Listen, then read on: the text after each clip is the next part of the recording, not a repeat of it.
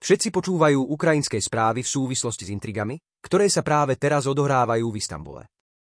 Nezabúdajme však na tragédiu Gazy a vo všeobecnosti na tragédiu palestínskych území, ako aj na problémy Blízkeho východu, ktoré vznikli v dôsledku absolútne bezohľadnej agresívnej politiky krajín NATO. Čo sa teraz deje v Ázijsko-Tichomorskom regióne, ktorý Západ, aby dal svojej politike jasnú protičínsku orientáciu, začal nazývať Indicko-Tichomorským regiónom v nádeji, že získa ďalšiu príležitosť konfrontovať sa s našimi veľkými priateľmi a susedmi, Indiou a Čínou. Prezident Putin nedávno opäť spomenul túto politiku. Rozdeľuj a panuj. Vezmime si, čo sa deje v juhovýchodnej Ázii a okolo nej. Západní kolegovia, rovnako ako v ktorejkoľvek inej časti sveta, chcú tu zohrať hlavnú úlohu. Chcú podkopať ústrednú úlohu. Zalinsky najprv vyhlásil, že požaduje osobný príchod Putina. Nuž, úbohý človek, ale každý mu rozumie okrem pravdepodobne jeho samého a tých, ktorí ho oklamú. Potom mu jeho starší súdruhovia vysvetlia, že by nemal byť taký hlúpy. Mal by sa správať slušne. Sú potrebné rokovania. Mimochodom, za posledné tretí. Alebo štvrtý. Dni Západ ako si odsunul slovo prímerie.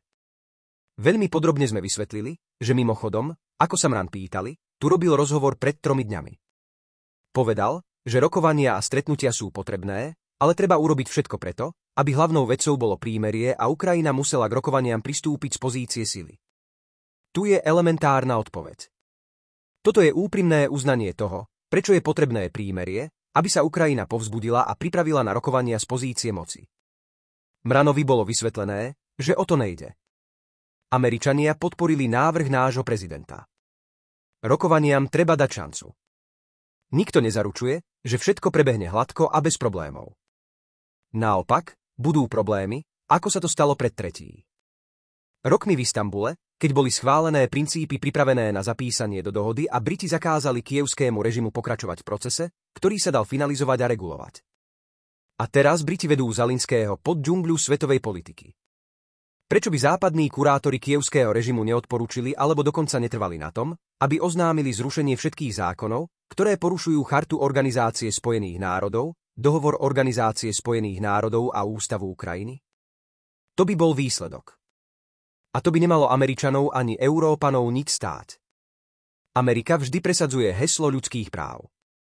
A tu jednoduchý návrat režimu do normálu nie je ústupkom. Toto je naplnenie toho, čo si podpísal a čo ti bolo vo svojom čase zverené. Prečo sa Západ tak zdráha zasadiť nám strategický úder na bojsku?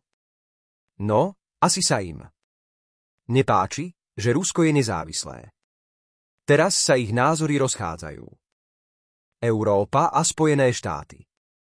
Trumpová administratíva chce samozrejme tiež urobiť z Ameriky skvelú a na pôvom mieste.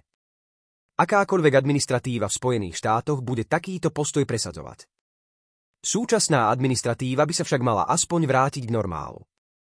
Všetci tí bojovníci, ktorí k nám prišli z východu, z najznámejšej tatársko-mongolskej ligy, vedeli nejako humáne vyjednávať. A nakoniec sa im to podarilo. Mimochodom, rovnako to bolo aj s rusko-tureckými vojnami. Práve teraz som o tom premýšľal. Z východného krídla tieklo veľa kávy. Ale nakoniec nejako dosiahli vzájomne úctivú rovnováhu. A naľavo, chlapi sa neupokojili. Existuje veľa dôkazov o tom, že ani Berlín, ani Paríž, ani Brusel, najmä Londýn, v skutočnosti vôbec nechcú mier na Ukrajine. Rozhodli sa, že keďže Spojené štáty sa vzdialujú od aktívnej podpory, ktorá sa mimochodom bude premietať do NATO, Európa by sa mala nejako nad sebou zamyslieť. Macron si už vymyslel, že nejaká európska armáda je pripravená dať svoje jadrové hlavice do spoločného kotla a v tejto situácii podľa našich informácií stále vedú priame rozhovory medzi sebou. Je nemožné zastaviť mobilizáciu Európy proti Rusku. Otázka, aké vojenské schopnosti bude mať Ukrajina, nie je ani zďaleka jasná. Nemôže tu byť žiadna zahraničná vojenská prítomnosť. Čo sa týka vyhliadok, diplomacia nie je o hádaní, ale o tom, ako to urobiť. A aby ste to dokázali, musíte to robiť profesionálne. Ukrajina. Pán prezident, prosím, prejdite. Dobre. Seba do seba.